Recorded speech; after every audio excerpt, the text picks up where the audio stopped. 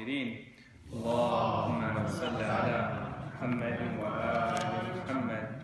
Inshallah, this evening we are reciting from Surah At-Tawbah, verses 32 to 36. Page number 192.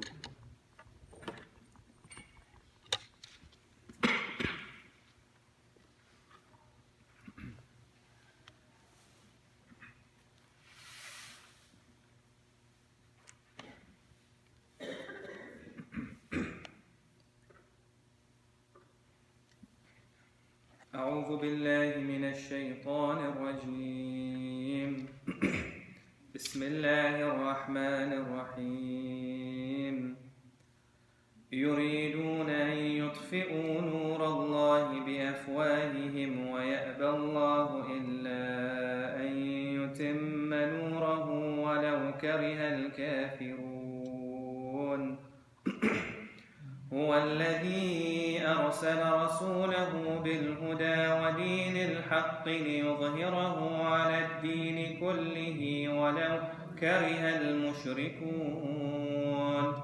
يا أيها الذين آمنوا إن كثيرا من الأحبار والرهبان ليأكلون أموال الناس بالباطل ويصدون عن سبيل الله والذين يكنزون الذهب والفضة ولا ينفقونها في سبيل الله فبشرهم بعذاب أليم يوم يحمى عليها في نار جهنم فتكوى بها جباههم وجنوبهم وظهورهم هذا ما كنزتم لأنفسكم فذوقوا ما كنتم تكنزون. إن عدة الشهور عند الله 12 شهرا في كتاب الله يوم خلق السماوات والأرض منها 4 حرم ذلك الدين القيم فلا تظلموا فيهن أنفسكم وقاتلوا المشركين كافة كما يقاتلونكم كافة واعلموا أن الله مع المتقين. صدق الله العلي العظيم.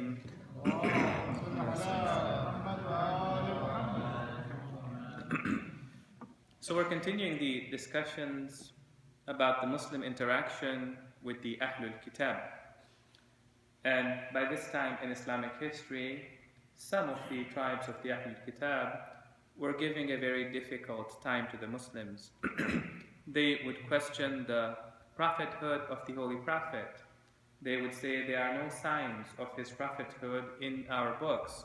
They would come and ask him questions, and they would challenge him, and they would say, if you are a prophet of God, then tell us the answers to these questions.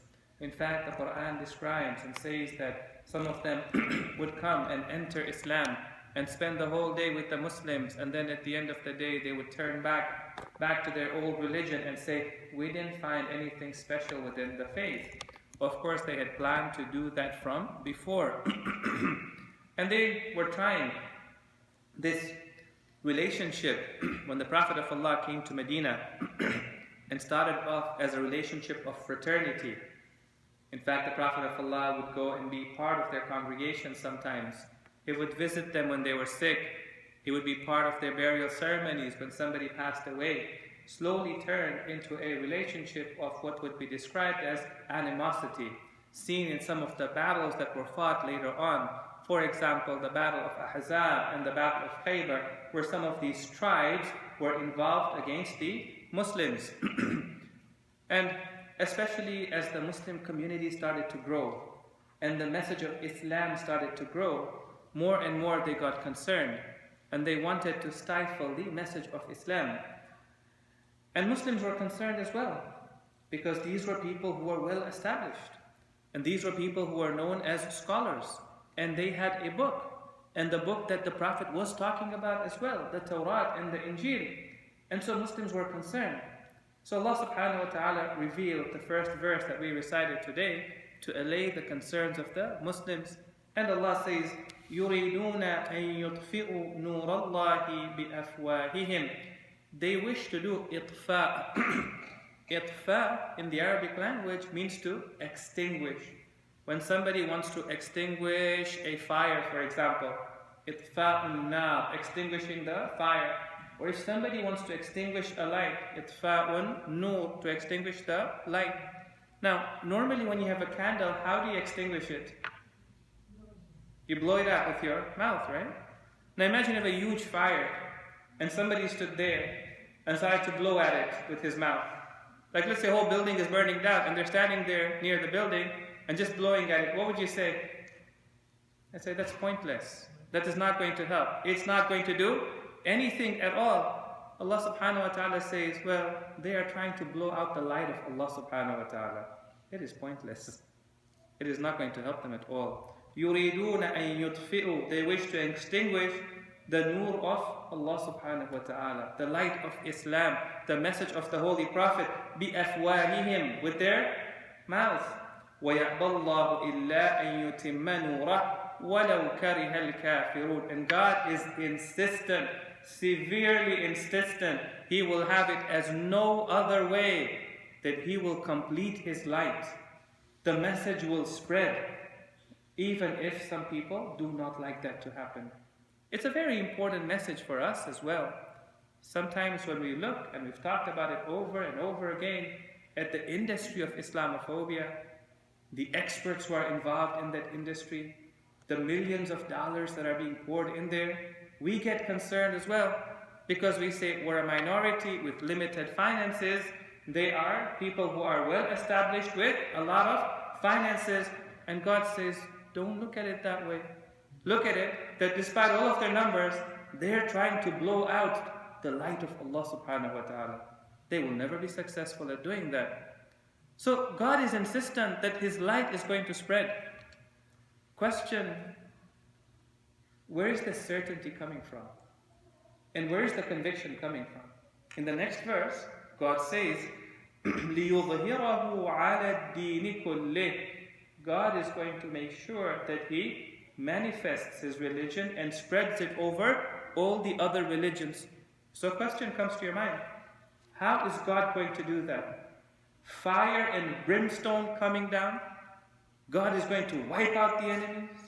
God is going to provide a lot of help and assistance to the believers in terms of military power? How are the Muslims going to overcome? Is it by military power? Allah subhanahu wa ta'ala says no. That is how God has created the life of this world, right? The truth will always overcome falsehood. Islam is on the basis of haqq. It is on the basis of clear argument. It is on the basis of hidayah. Huwa alladhi, God is the one, arsala rasulah, sent His messenger, bil huda, with guidance, with clear argument. Islam is a religion based on rational thinking of the intellect, وَدِينِ الْحَقِّ, and it's the religion of the truth. Meaning that Islam is on the basis of haqq. That is the golden standard that we have. More and more I find young children are asking us, how do we know that Islam is the right religion? And not the other religions being the right religion? That's a whole conversation of its own. But at the heart and soul of it, we say there's single criteria in Islam, criterion. And that criterion is haqq, truth. Whatever we believe in, it has to be true. It has to make sense. We have to be able to understand it. There is nothing like blind faith when it comes to our beliefs. وَدِينِ الْحَقِّ. Such a religion will always, as long as human beings are free to think, that religion will always overcome all the other religions. لِيُظْهِرَهُ عَلَى الدِّينِ كُلِّهِ وَلَوْ كَرِهَ الْمُشْرِكُونَ. Now, moving to the next verse. So after the conquest of Mecca, the Muslims were told that now you have to spread Islam in Arabia, and that will be the religion in Arabia. And they were told that after some period of time, the mushrikeen have a few choices. And we went through this. They either enter the folds of Islam, or they leave the boundaries of the Muslim lands, or they prepare for battle with the Muslims. That was revealed back then. Okay? And then we saw it was the same for the Ahlul Kitab as well. With one exception, the Ahlul Kitab had the option of doing what? Of paying jizya. Alright. Now, the Muslims had a question. We understand why we have to struggle against the mushrikeen, because they believe they do shirk, they associate partners to Allah subhanahu wa ta'ala, and that is not correct. But why the Ahlul Kitab? So in the next verse, God is explaining why the Ahlul Kitab as well. Okay? But one thing I want you to appreciate over here is God is not just sending them blindly out there, saying, well, we told you, so you've got to do it. Okay? God is telling them, reasoning with them, explaining for them, why is it that you are involved in this struggle? Because when a person understands why he needs to be doing something, you find that the motivation is much higher in doing that thing. Now, Allah subhanahu wa ta'ala in the next verse is going to make some allegations, some accusations. Now, if I read out these accusations, you will say, how do we know that's true? And where is the evidence of it? So let's go through a story, and then we'll come back to this verse. In 1517, Martin Luther, who was a reformist and a Protestant, he wrote 95 articles, and as a protest against the church at that time, he published those articles and put them on the walls and posted them everywhere. Okay? And that started the reformist movement within the church, and it spread. It spread from where he was, it spread to Switzerland, it spread to Germany, it spread to England as well, and there were many reformist movements coming about to be at that time. What were the main concerns of the reformist movements, the Protestants? Concern number one was the church was overtaxing, overindulging in wealth, and was not giving the wealth to those who deserve to have it. This is historical, by the way. For example, one of the main issues back then was something called indulgence. Now, I don't know if you're aware of what indulgence was, but the church had a way. It said that if you have committed sins, sometimes seeking forgiveness may not be enough. And your faith in Jesus may also not be enough. If you want to lower the punishment for that sin, then you have to do what? Pay money. Sounds familiar in certain certain communities still there, right? You have to pay. And so people used to actually pay, and they used to get a receipt, or they used to get a letter that said this person has paid, and therefore his sins are now to be, or his punishment is now to be reduced. And that worked really well for certain people there, because they used to push it, make the money, take some aside for themselves, and the church became richer and richer. One of the main concerns of the Protestants at that time was what? Was exactly that. Right? You're taking all this money, you're hoarding onto it, and it's not going to the poor as it ought to be, number one. Number two, Martin Luther also said that the only authority is the scripture, the Bible. Meaning not the word of the Pope, that's his interpretation of it. Not the word of another scholar who's far away. No, the Bible itself, number one. And number two, it should be preached. Okay, we'll come to that. It should be preached in the language of the people. Meaning what? People should have access to the Bible. And they should be able to read the text of the Bible in their own language. So up until then, people did not have access to it. And one of the first things that he was preaching is to say that every church, I mean, just try to think of this. Every church, no matter where they are, should have a copy of the Bible. You know, in our mosques, we have a copy of the Qur'an. Every mosque you go to, many copies of the Qur'an. It wouldn't even make sense for you to say a mosque should not have a copy of the Qur'an. In 1517, 15 centuries after the coming of Prophet Isa, they're struggling to say what? There should be a copy of the Bible in every church so that people read for themselves and make up their minds for themselves as well. And number three, he was suggesting that every church should follow the priest or the pastor that's in that church and not a hierarchy. And therefore you find in Protestant churches there are no hierarchies as they are, for example, in the Catholic Church. All right? These are the three concerns that they have. All right, now let's come to this verse of the Qur'an. Let us see how well this verse of the Qur'an captures those concerns. All right. Ya ayyuhal ladina amanu, O those who believe, inna kathiran min al-ahbari wal-ruhbana. Surely many of the ahbar, the scholars, wal-ruhban, the monks. We covered this last time. La ya'kuluna amwal an-nas bil-batil. Consume the wealth of the people without a good reason, without just cause. وَيَصُدُّونَ عَنْ سَبِيلِ اللَّهِ. And they obstruct people from the path of Allah subhanahu wa ta'ala, from learning the truth. Scholars who were not righteous at that time. Number 2, hoarding wealth. And number 3, not giving people access to the truth. Subhanallah. The very same concerns that came out during the Protestant movement. Right? The next verse. وَالَّذِينَ. Now what happens when somebody does that? Hoards on to wealth and does not share it with those who deserve and those who need. Okay? وَالَّذِينَ يَكْنِزُونَ الذَّهَبَ وَالْفِضَّةَ. As for those who do yaknizuna comes from the word kanz. Kanz is treasure.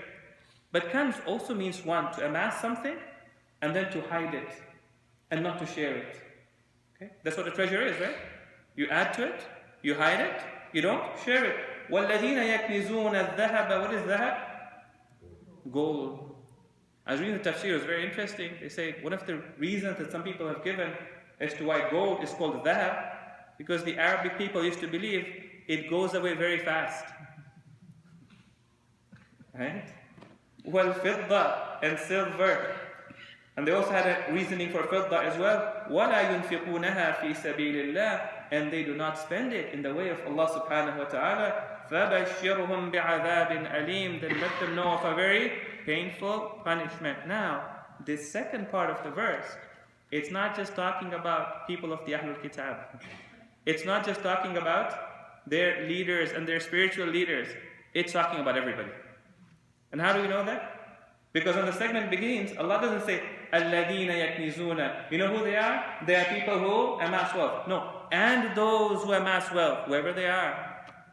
Allama Tabatabai in Tafseer al-Mizan, he says something very interesting. He says there's a narration that during the time of the third Caliph, when they say they were compiling the Qur'an into one mushaf, into one master copy, okay? And there's a whole discussion about that.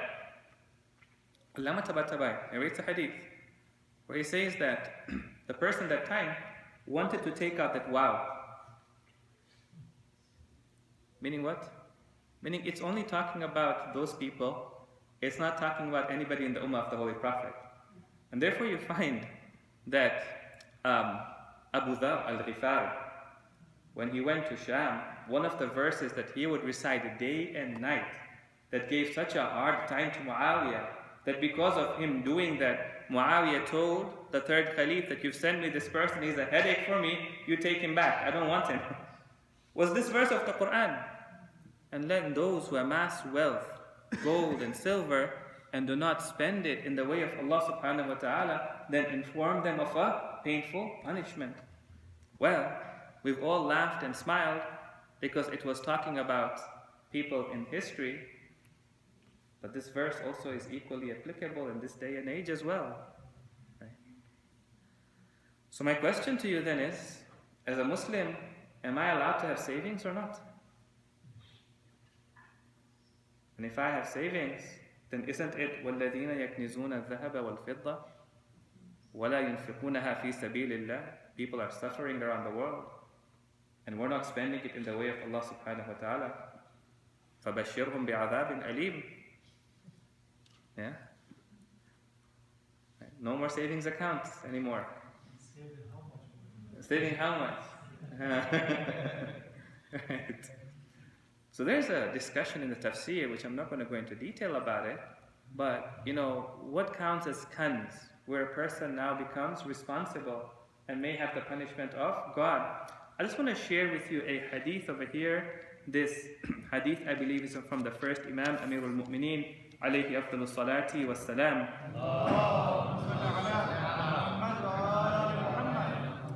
He says, أَيُّ مَالٍ أَدَّيْتَ زكاته فليس بكنز.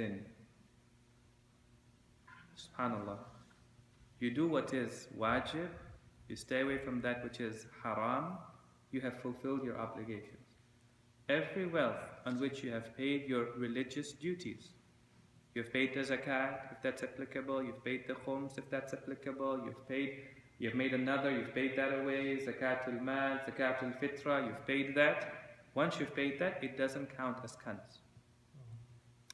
Then, another set of ahadith tell us that it also depends in the circumstances in which you're living. If there are people dying in your neighborhood, if there are people really struggling in your neighborhood, then maybe paying zakat is not enough. Maybe a little more needs to be shared as well. Moving on.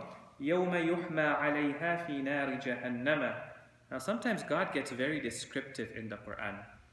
And here He's going to describe for us the punishment that they are going to get. Because when God says عَذَابٌ أَلِيم, a painful punishment, that could mean anything, right? So God says, well, let us actually describe for you what that punishment looks like. Okay? يوم يحمى عليها في نار جهنم فتكوى بها جباههم وجنوبهم وظهورهم. On that day, that wealth that they have amassed, those silver coins, those gold coins, right, that they have amassed, they will be put in the fire, and once they become hot, right, and once they become ready for using as branding, then Allah says, we will use that to brand, 1, their foreheads, 2, their legs, and 3, their backs as well. Very, very descriptive, isn't it? Yeah. So a mark on the forehead, mark on the thighs or the legs, and a mark on the back as well. And then immediately the question comes up, well, 1, why those places? And number 2, why so painful? Okay. So we've talked about this over and over again. And we have said that the punishment of the hereafter is nothing but the reality of the deeds or the sins that we are committing. And we have created that reality. So the commentators ask the first question, why those 3 places? So I'll tell you what Allama says in Tafseer, and what Ayatollah Nasir Makarim says in Tafseer Namuneh. Allama says, well, because these are the 3 places that actually you use to go towards wealth. Number 1, either because they bowed themselves with their forehead to the wealth, right? You bow, the forehead is the place that you use to show respect. Or number 2, they walked towards the wealth. Or number 3, they carried that wealth on their backs and they did not want to share it with anybody else. Those are the 3 places. Ayatollah Nasir Makarim Shiraz in Tafsir Namuneh, he says, well, no, when a person doesn't want to give wealth, what does he do? He either puts his face up proudly and says, I'm not giving it to you. Or he just walks away from a person who is asking for help. Or what does he do? He turns his back to the person who asks help from him. That's the reality of the deed, and that's the reality of the punishment in the hereafter. So look at what the angels say now. They say, هَذَا مَا كَنَزْتُمْ. This is what you have amassed for yourself. Not the money. This is what you have amassed for yourself in the hereafter. فَذُوقُوا مَا كُنْتُمْ تَكْنِزُونَ. You are tasting nothing but what you have amassed yourself, what you have created yourself. The discussion comes to an end over there. Now begins a whole new discussion and a whole new chapter. I'm just going to quickly introduce you to that discussion, and we'll get into it tomorrow, inshallah. So when the Muslims were told that now it's going to be a struggle to spread Islam in Arabia, the question came up that during the times of Jahiliyyah, before the advent of Islam, there were 4 months in which there used to be no war. There used to be no fighting. Right? There used to be no combat. Do we still respect that now that Islam has come?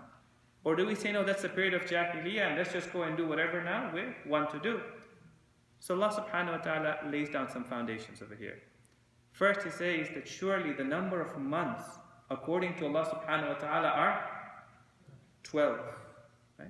From the day that God created the heavens and the earth, the skies and the earth, the skies and the earth. And let me ask you a question.